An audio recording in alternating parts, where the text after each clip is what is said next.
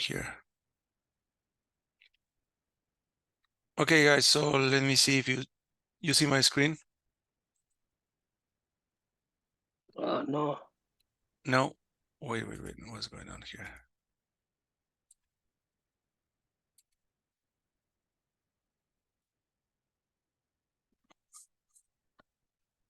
Now, do you see it? Yes, now we can see it. Perfect. So now let's go, guys, and give me 1 second only. You need to check.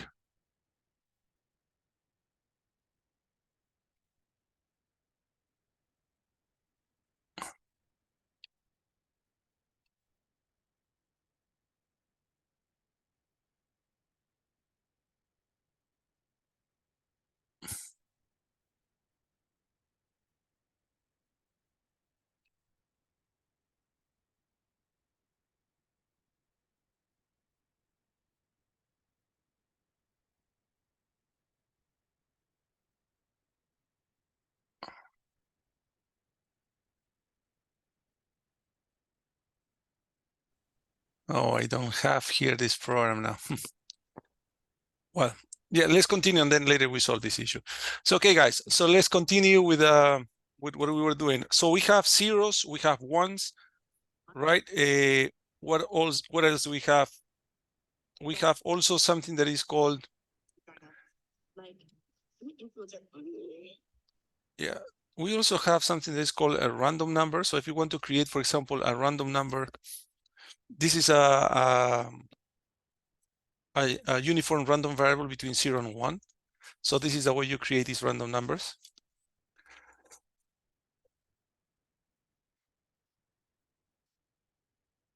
So let me accommodate this stuff.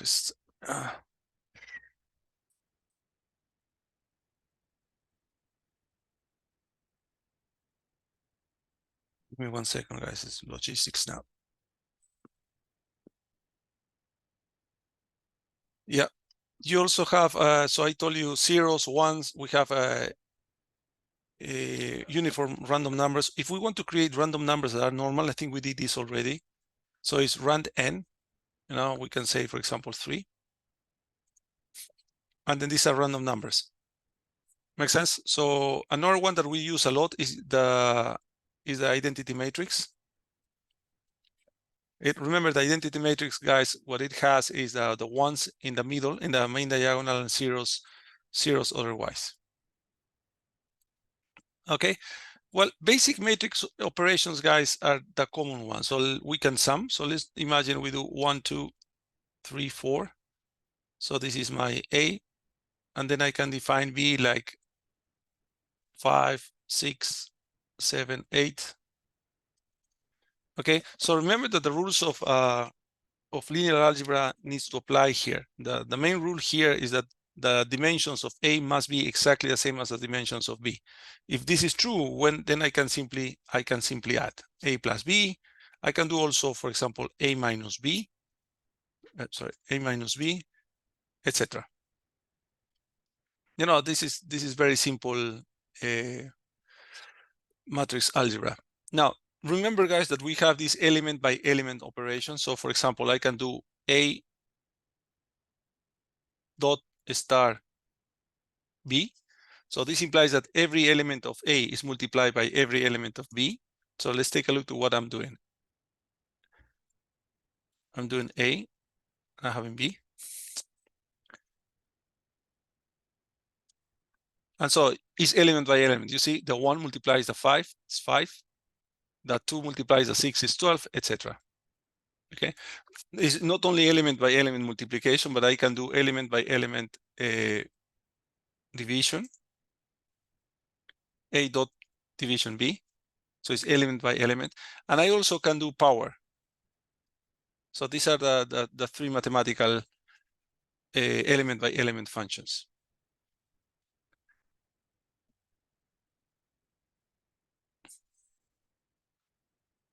Give me 1 second.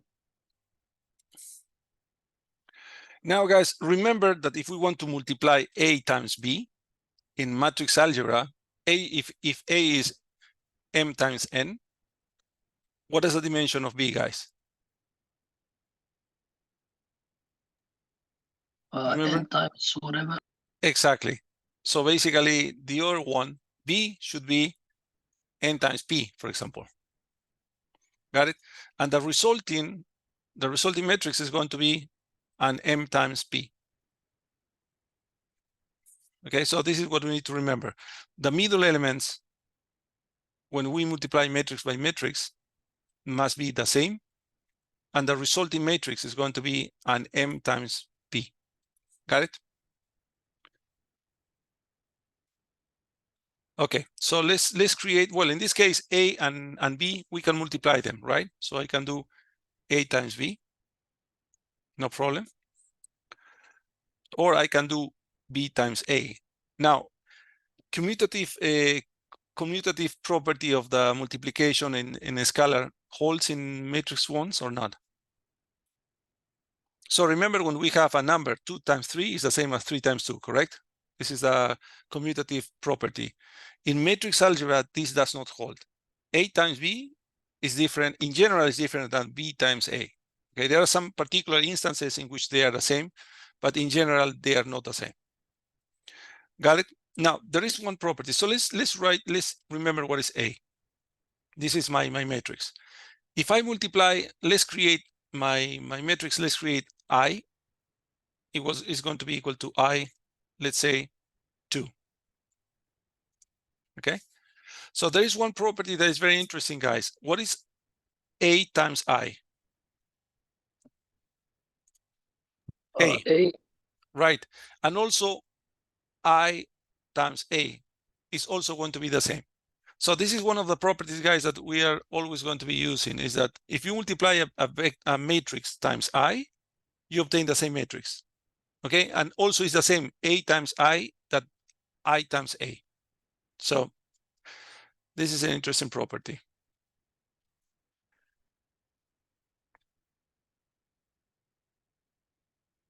Let's define a vector. Okay, let's define that this is 3, 6, 6, 9. Okay, so this is my vector. Now, if I multiply U prime U, can I do that? Yes or not? So if U is a 3 by 1, U prime is going to be a 1 times 3, correct? So this is going to be a 1 times 3. So let me write this here. What I will have 1 times 3, and the other one is going to be 3 times 1, correct? So my resulting matrix is going to be a 1 times 1. So this is what is called an scalar product.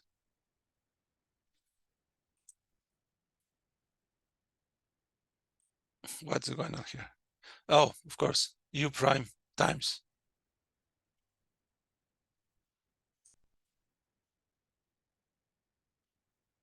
This is what is known as a scalar product, guys.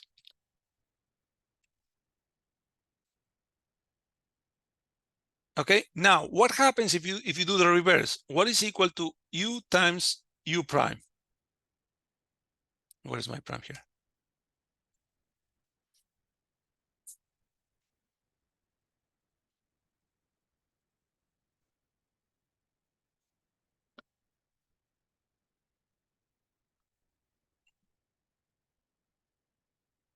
What is U times U prime? This is what is called, guys, a quadratic matrix. Okay, so this matrix is called a quadratic matrix. And it's very important, guys, because what quadratic matrix do we usually have in econometrics, guys? Someone. So let me write here again A. No, it was U. So this is a quadratic matrix. What are the properties of a quadratic matrix? What are the diagonal elements? You see the diagonal elements? Compare the diagonal elements with the elements of U.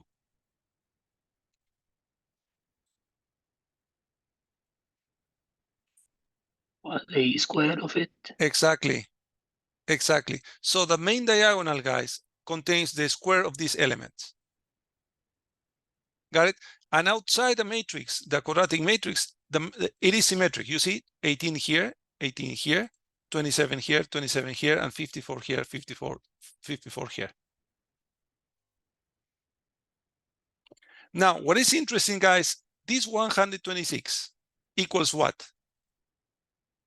The sum of the squares of the diagonal, of the elements. You see, 9 plus 36 plus 81 equals 126. Can you show me that? Can you use MATLAB commands and show me that indeed the sum of the diagonal elements equals 126? Very quickly. You know the commands that we have been using up to now.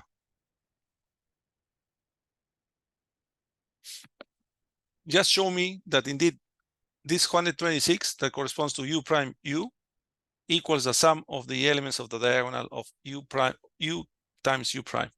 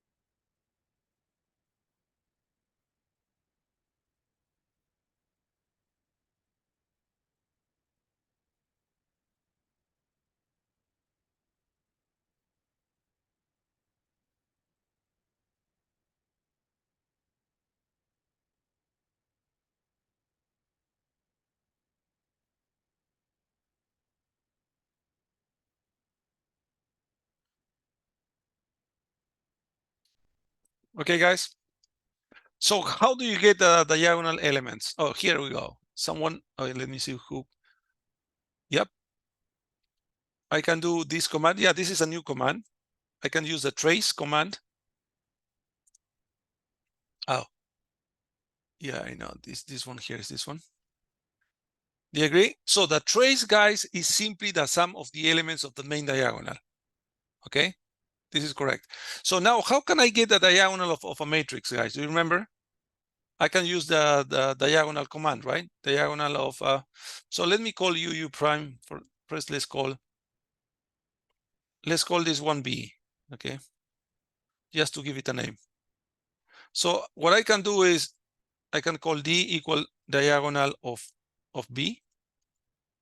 Do you agree? So the command diag basically captures the diagonal of a matrix. And then what I can do is I basically can do the same. Instead of doing 2 steps, I simply do the sum of this one here. And I have my 126.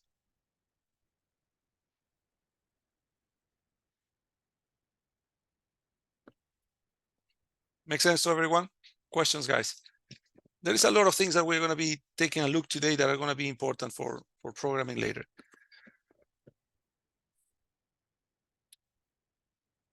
Okay. So another thing that is really important, guys, is the determinant of a matrix. Okay. So let's define.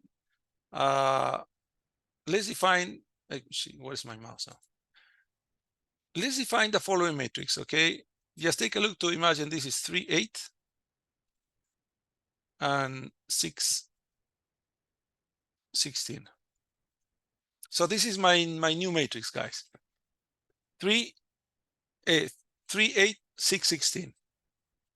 Now, if we take the determinant of this one here, the determinant of A, what do we get? 0. So what is the meaning of this 0, guys? By the way, when the matrix has a determinant, its determinant equal to 0, the matrix is called singular. Okay?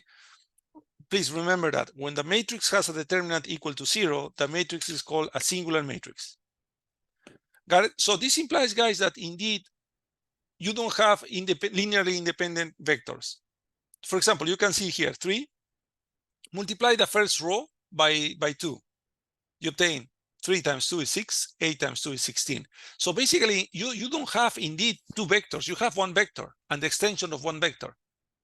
Make sense to you? So basically, the determinant of A is going to be equal to 0 when you have linearly dependent vectors. And this matrix is going to be called a singular matrix.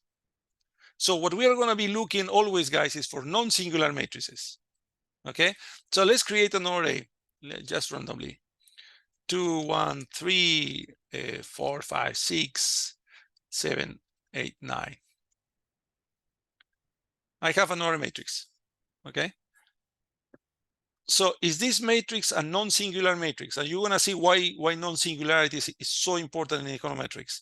So why can you show me if this is this new matrix a singular matrix or non-singular matrix?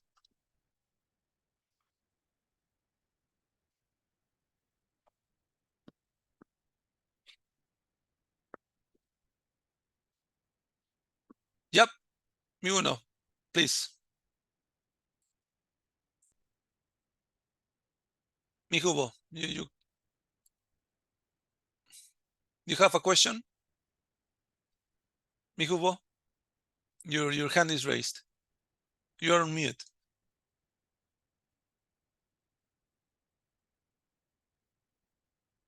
Mihubo? No. Okay. So tell me, guys, do we have a singular or non-singular matrix?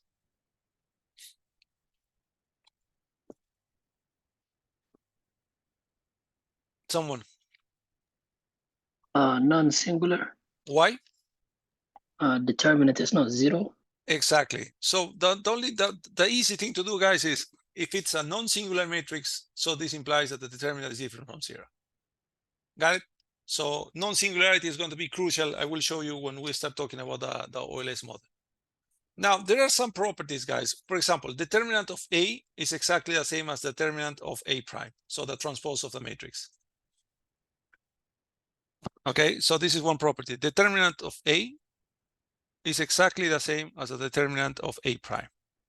They don't change. If you transpose a matrix, the determinant it continues being the same. Got it? So now assume, guys, that I define B, and B is going to be a matrix that is going to be, I will shift one column from A. Okay, so I want the 158 to be the first column. So what I will do is A, every row, what I will do is 2 minus 1, 1. And then I will join this with A, everything 3. Do you understand what I'm doing here?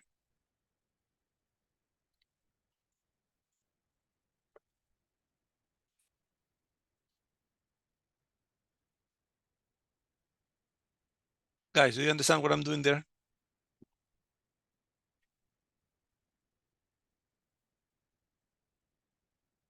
I'm simply shifting the order of the column 2. So the column 2 is going to become now column 1, right? And now what happens if I do the determinant of B? The number is going to be exactly the same, but the sign is going to change. Got it? So you need to be careful. So in terms of singularity, it doesn't matter if you change the order of the columns, but the determinant is going to change its sign if you switch columns or rows. So it's indifferent. You can switch columns or rows.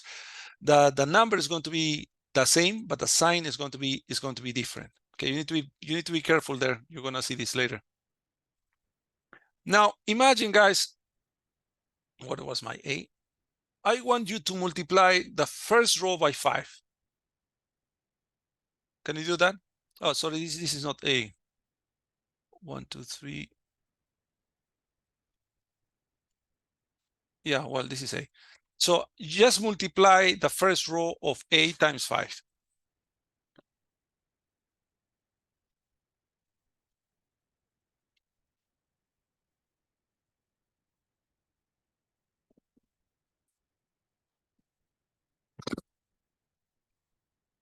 Multiply the first row of A times 5. So basically, I want the first row to be 10, 5, 15, and the remaining part the same.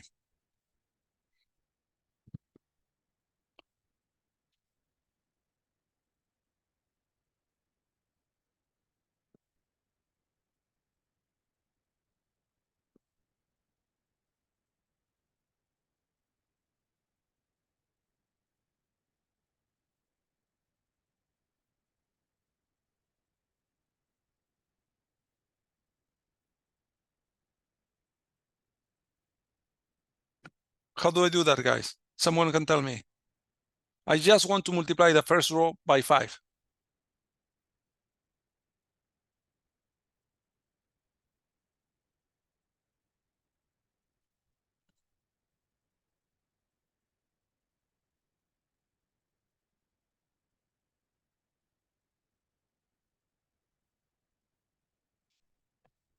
Guys, I sent it in the chat, but oh, got it. So let me check in the chat. Yeah, I can have it. Yeah, that's correct, right? Oh, but the thing is that you need to impose this. So you need to do sorry, is I told you 1 everything, correct? Should be equal to this one here. Make sense? You need to assign what you are doing into the columns of A first row. Make sense to you? Yeah. So now, if we do the determinant of A, what is going to happen, guys, is the determinant is multiplied by the number that you have multiplied A. Okay, so let me go back to my A, to the original A. Make sense? So if you multiply one row by a number, the determinant gets multiplied by that number.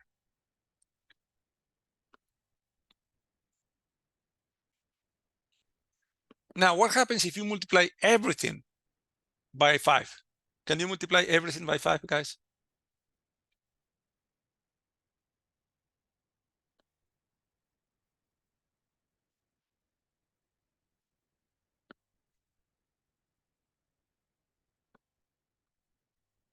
So let's call this A1, just not to destroy our A. So this is going to be A times 5, correct? So I'm multiplying everything by 5. So if I take the determinant of A1, so this one here, guys, is going to be equal to the number you have multiplied times the rank. Sorry, rank of A. So what is the rank? The rank simply represents the number of linearly independent vectors in a matrix. And then you multiply this times the determinant of A1. Sorry, it's not rank of A, it's rank of A1. Oh, what I'm doing equal, I'm doing Excel word.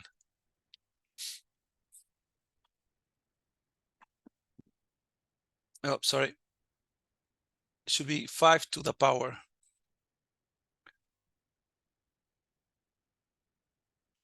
What I'm doing here. The rank of A. Let me check what's going on here. Forget about this for a minute. 5, yeah, okay, 125. What is my determinant of A1?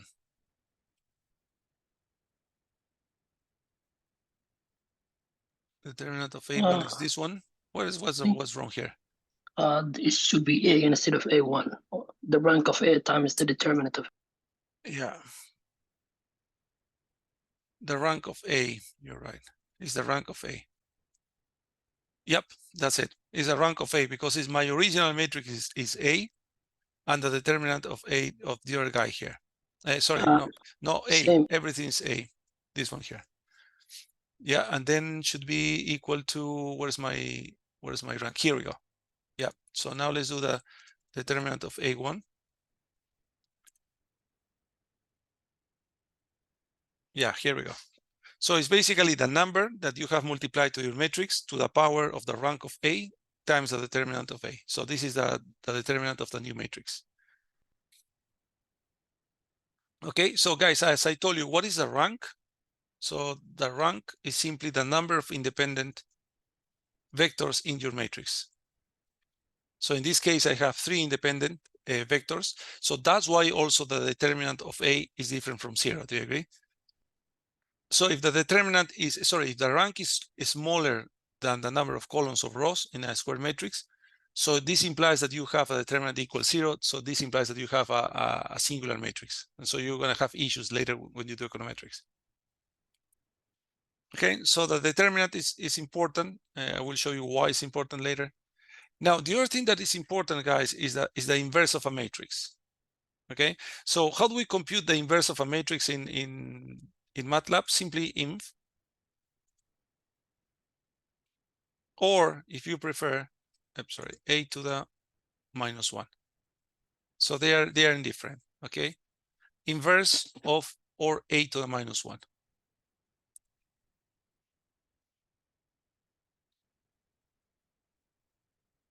Okay, another thing that you need to remember, guys, is that a times a to the power or to the inverse of a is exactly the same as the inverse of a times a. They are exactly the same. And this is equal to what? To the identity matrix. So a times the inverse of a or the inverse of a times a, they are exactly the same and they are equal to the identity matrix. You can see it's 1, 1, 1. Well, this is 0. It's a minimal difference from 0. Also, guys, what is interesting is that the inverse of a, the inverse of a transposed is equal to the transposed of a to the minus 1. Inverse of a transposed. You see that? So this is another property. The inverse of a transposed is exactly the same as the inverse transposed.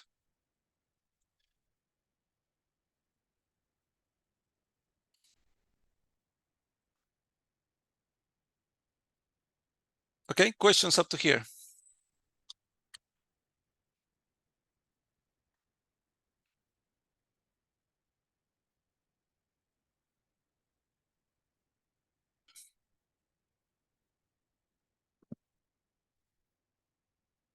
Give me 1 second, guys. I will install my tablet. 1 second.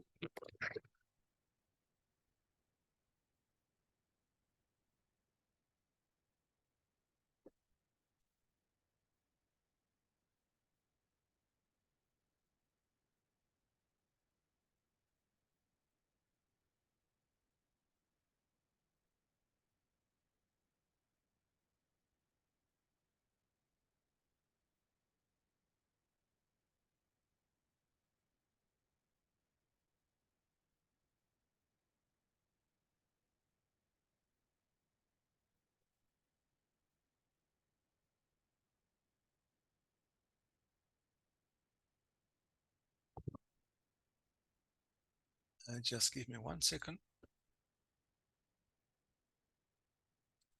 So let me open. Wait. You see my screen? Oh no, sorry. Show screen. You see my white screen, guys? Yes. Okay, so how do I make this bigger? Interesting.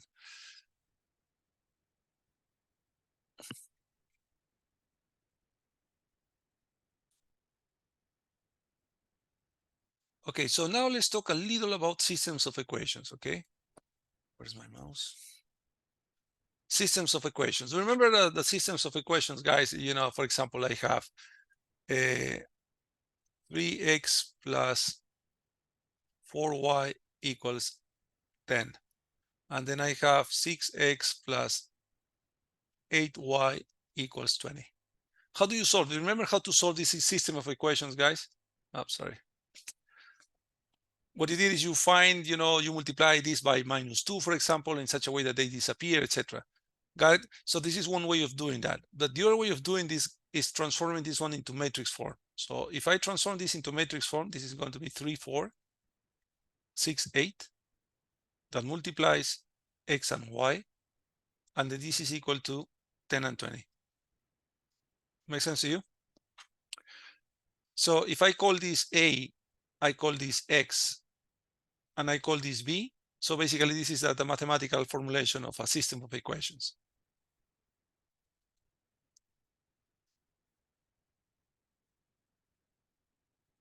Got it? So how do you solve this one here? First, in terms of letters. So what I do is I will multiply both sides by a minus 1. And then you remember this one here is the identity. So basically at the end, it is x equals I minus 1 to the b. Do you remember what is the formula of this one here? A minus 1 over b. So this is going to be the adjunct of matrix A divided by the determinant of A times B. So this is the definition of A prime, guys. Now, do you remember I was telling to you, we must have non-singular matrix. So the condition is A must be non-singular.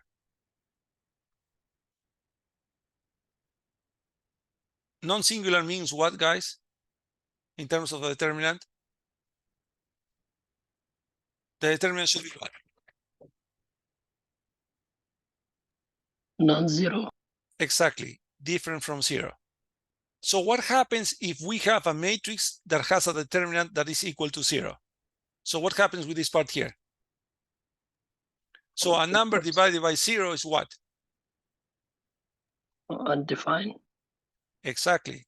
Determinant of I equals 0. So this implies A is singular.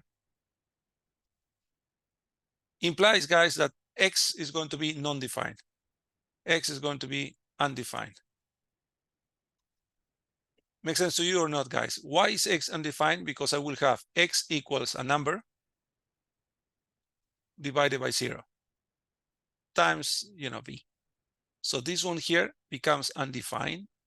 And if this is undefined, X is going to be undefined. So that's why it's crucial, guys, that your matrix, this matrix here, is not singular. Got it? Can you check if this matrix is singular using MATLAB? Basically, find the determinant of this matrix.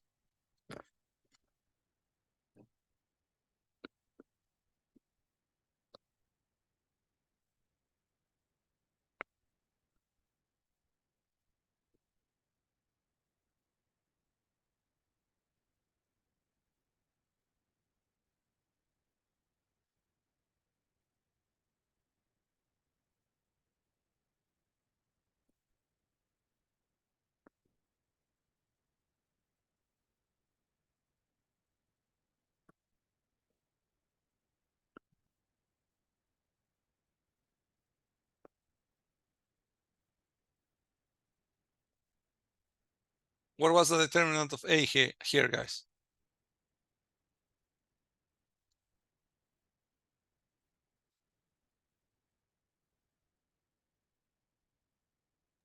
Zero. Exactly. It's 0. So basically, there is no solution for this system. Okay? So solution, indeed, there is no solution. No, the solution is infinite solutions.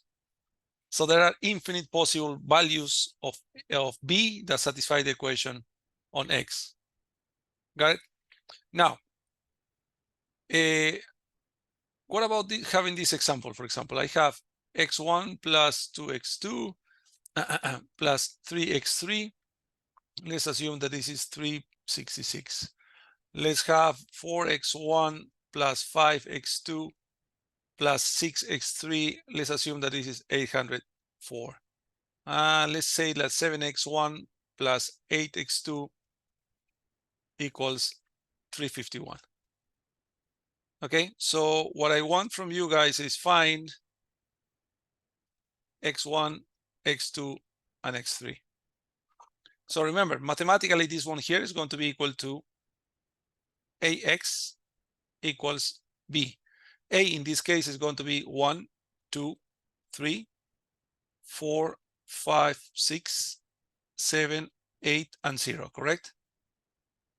This multiplies x1, x2, and x3, and this is going to be equal to v, 366, 804, and 351.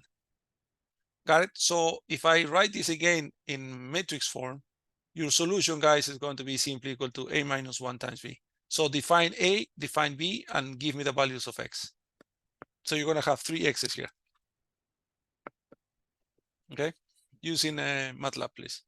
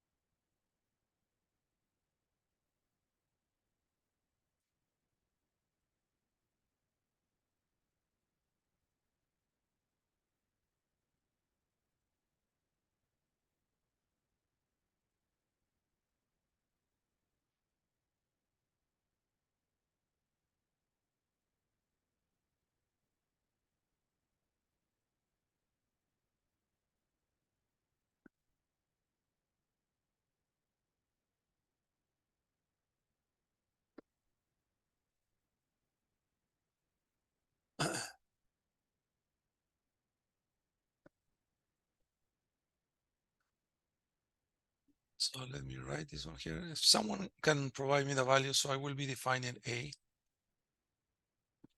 It was 1, 2, 3. No, what was A?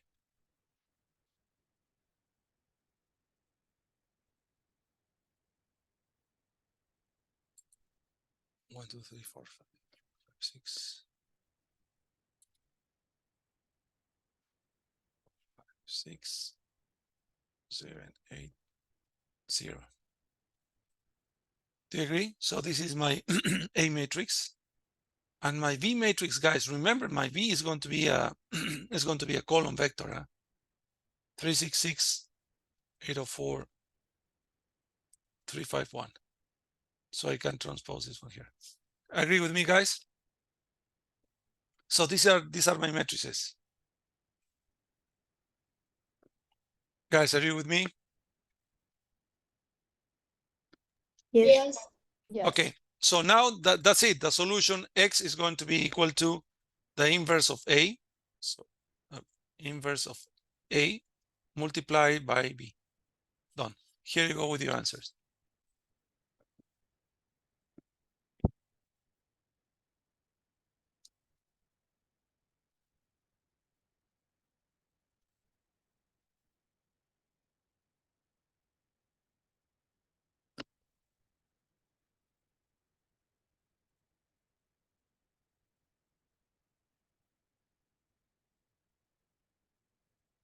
Okay, so now please do the following.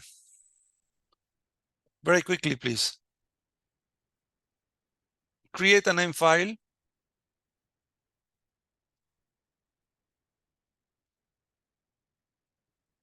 Let's call it my syst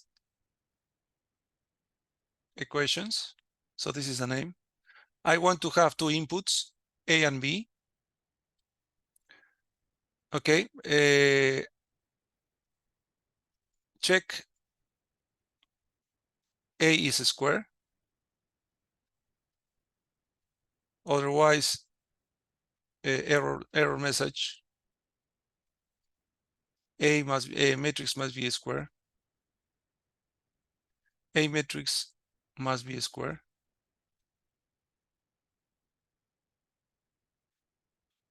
And you can check, for example, verify that B is a column vector. If not, force it to be a column vector.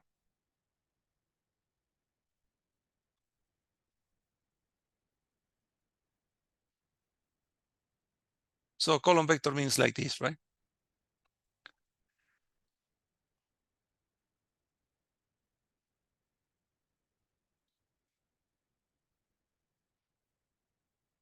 And then just compute. Oh, guys, there is another way of doing the same. Okay, this is a more efficient mathematical way of doing this, guys. That is exactly the same. Simply is A like that. Can you test that? This mathematically is more efficient. It's another type of inverse. It's much simpler, but it works the same. So take a look. So let's call this x1, and x1 is going to be equal A.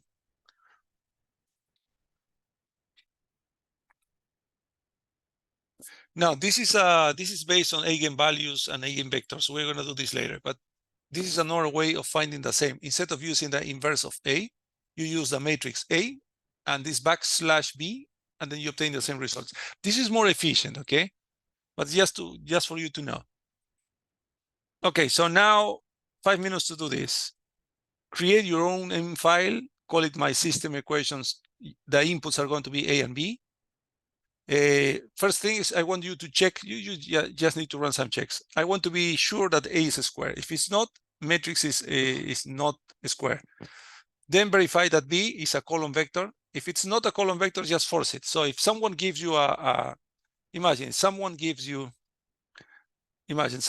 366, 804, 804, 351.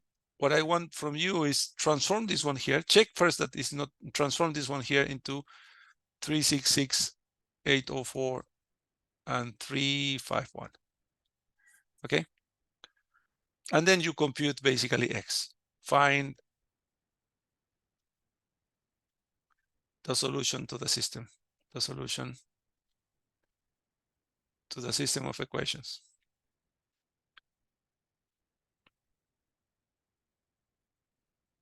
Basically, what I'm telling to you, find X equals A minus 1B or X equals A backslash B. Okay, 5 minutes to do this, guys. I will save this one here.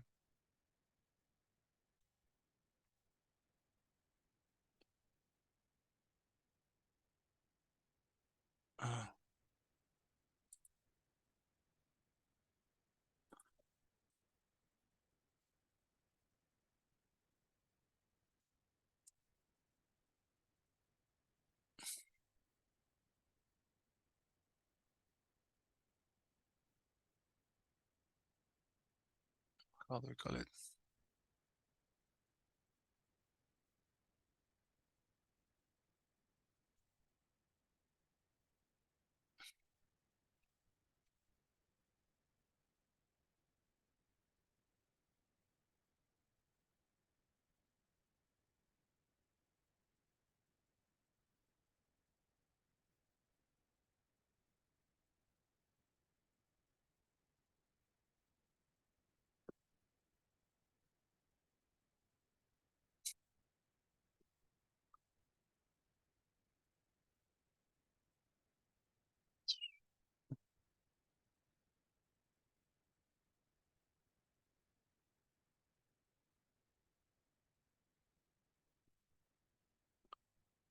Okay.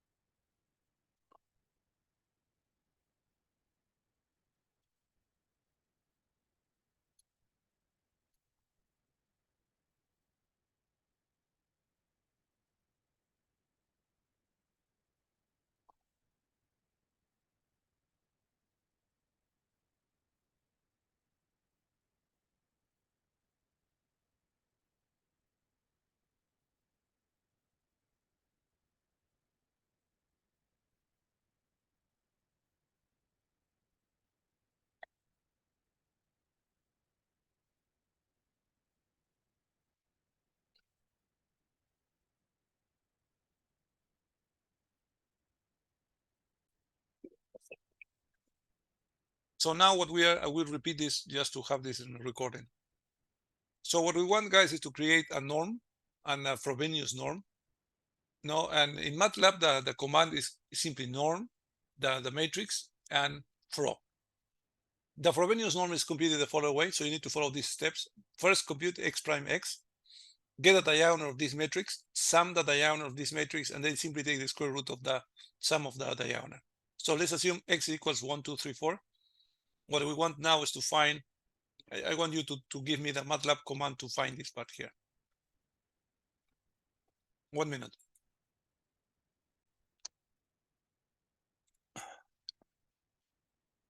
Okay, so we were talking about eigenvalues. Eigenvalues are basically, they have this structure, AB equals BD. These are the eigenvalues that you can find with eigenvalue of A.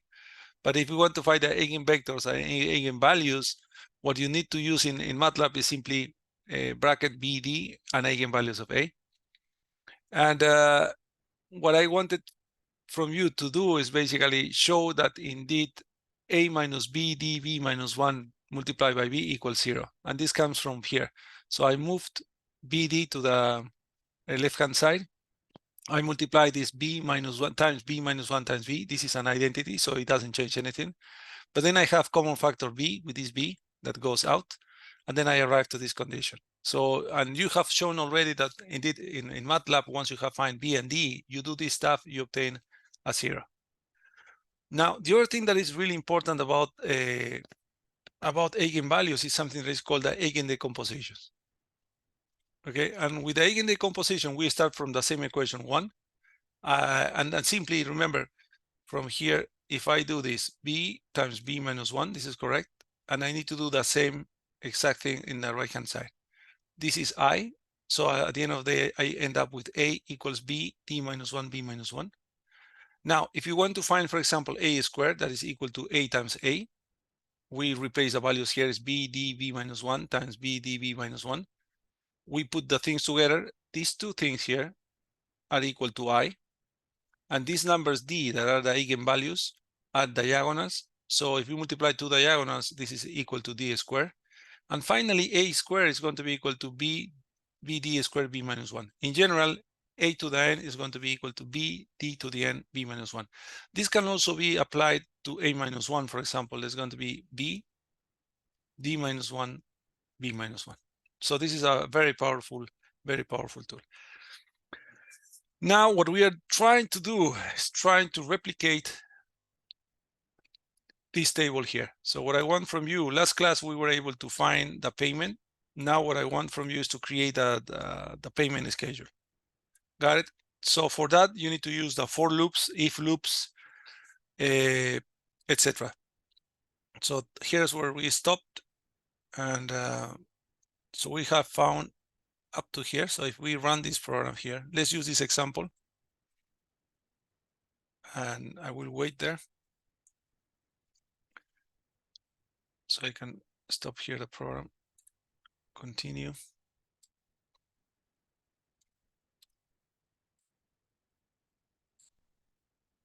Then I can have my principal equals 1155.88. That is exactly as this one here, 115588. So up to this point, we are okay.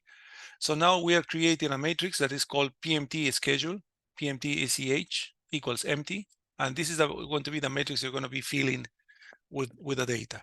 Right? So you have 10 to 15 minutes, and then we come back, we solve it, and then we basically stop here. Let me stop the recording. Okay, good. So we have done up to the payment. So everyone should be arriving to 1155.88. Okay. So now what we try to do, remember, this is a very repetitive process. If you see this one here, you know, once you do the first line and the second line, after that, everything goes smoothly. Okay. So that's what we try to do. So let me go into my for loop. I need to do a for loop here, guys, because I want to basically run from month 1 to the 9th month, correct? So that's what I'm saying. For my loop that starts at 1 and finishes at 9, do the following. So this for ends with this end. So this is the for loop. Now I have the first line is very particular, right? This line in Excel is very particular because this $10,000 comes from the data. So I need to tell this comes from data. And then my payment is going to be my payment. By my capital, sorry, my interest is going to be always this number times the interest rate. And then my capital is going to be this one minus this one. Got it? So this is the first line. So I need to be sure that I tackle this especially. For I equals 1, so this is my first line. My principal, I've created these auxiliary variables, guys. Okay, they are not going to be recorded. They are only going to be used for creating data. I call it this always underscore auxiliary. So my principal auxiliary is equal to my principal, so my $10,000. My interest auxiliary is going to be simply the principal, this one here, multiplied by my monthly rate. Make sense to you guys? And my capital is going to be simply my payment, that is a single number, minus my interest that I have computed here. Got it? So I have my first line. So let's run. I will stop here.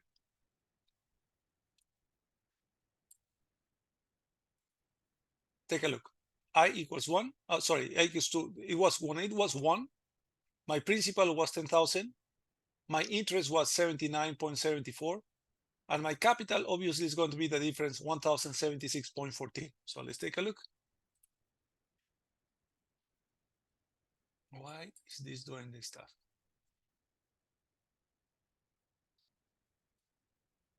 Oh, I don't know why it's doing this. Yeah, you see, my principal is 10,000. My interest is 79.74. And my capital is 1076.14. So we are all agree in the first line. Do you agree with me? So we are all with the same numbers in the first line. The payment is at the end. We can adjust the payment because I have only a number here. Okay, so what do I do, guys, once I finish I? Once I finish I equals 1, the program is going to do this part here and then goes to this part here. Take a look to what happens to the payment schedule. So the first payment schedule was empty, correct? It was like this. But then the second one, what I do is, okay, take the previous payment statement, add the interest rate. Sorry, no, what is this one here? Oh, add the number, so this number here. Then add the principal, add the capital, add the interest, and that's it. So I'm creating basically this table here. Okay, what happens when I is equal to 2? Here is where we need to be very, very careful, guys. So what I will take is the principal is going to be equal to the principal of the previous period, you know? So if this is I equals 2, the previous period is going to be I minus 1. So this is the principal of period 1, $10,000, minus the payment schedule I minus 1, 3. So what is the payment schedule number 3? Is going to be 1, 2, 3. Capital auxiliary, AUX. Correct? So it will take basically this one here minus this one here. So remember, this is position 1. This is I minus 1 because I is already 2, minus 1 is 1. And from the previous table, take the previous column. And the third position represents my capital. So let's take a look to what happens if I go to here. Look, I continues being 2. I'm taking the position. My principal is going to be my payment schedule minus 1. So this one here, position 1. 2 minus 1 is 1, position 1. And then the payment is going to be always the payment. It's 1,155 or whatever.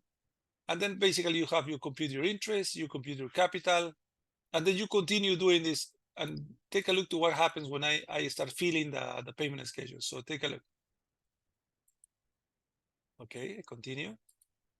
So now take a look to your payment schedule.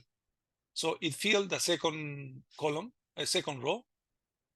If I continue running this stuff, it fills the third row, etc. So that's the beauty about defining this one here as an empty space.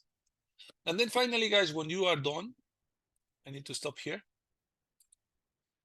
When I am done, the payment schedule has a 1, 2, 3, 4, 5, etc. But it is missing the payments. Do you agree? So it is basically missing the last column, this column here. So, but that last column is very simple. It's simply a rep math. The payment is a constant. So I will repeat the payment 9 times, 9 rows, 1 column.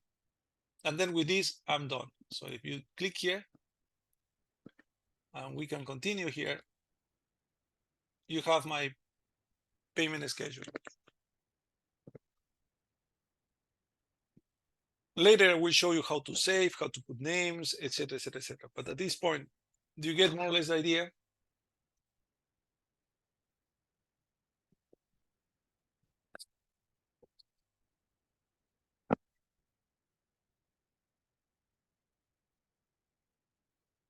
So hopefully, guys, I will have this recording for next Friday. So I think I have the recording number 4 already. So I will upload this into the cloud, into YouTube, share this with you. And this one here is going to be by Friday, more or less. So you're going to have a lot of things to do. Questions, guys? This weekend, guys, there is a lot of things that you need to do. Okay, please do all the homeworks. You have homework 3 and homework 4.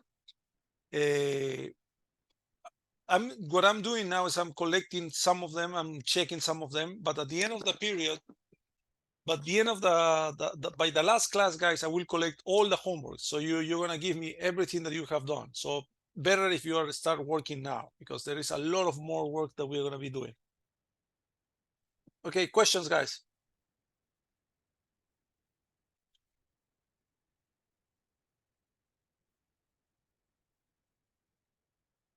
Questions?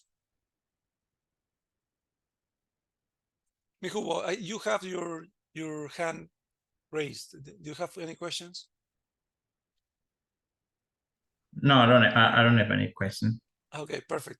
Questions, guys? So otherwise we stop here. I think we have done a lot. Questions? in general. So we have finished. So next class, guys, we're going to start working with data. We're going to import data. We're going to do a lot of analytics with data. And then we go to symbolic mathematics, a lot of symbolic mathematics, and then I show you how to optimize and solve these mathematical models using MATLAB. Okay. If there are no more questions, guys, so we stop here. I will provide you tomorrow, I believe, with a recordings of class 4, and by Friday, hopefully, I will have the recordings of this class, so you can have enough material to go over during the weekend. Okay. Okay, guys. So thank you very much, and see you on Monday. Then take care. Have a nice weekend. Thank you. Thank you. Bye, bye, guys. Thank you. Bye, guys. Take care. Professor, can I talk to you Yes, for a minute? Abdi. Yeah, of course. I don't know if you want to stop the recording. Oh, yes. Give me 1 second.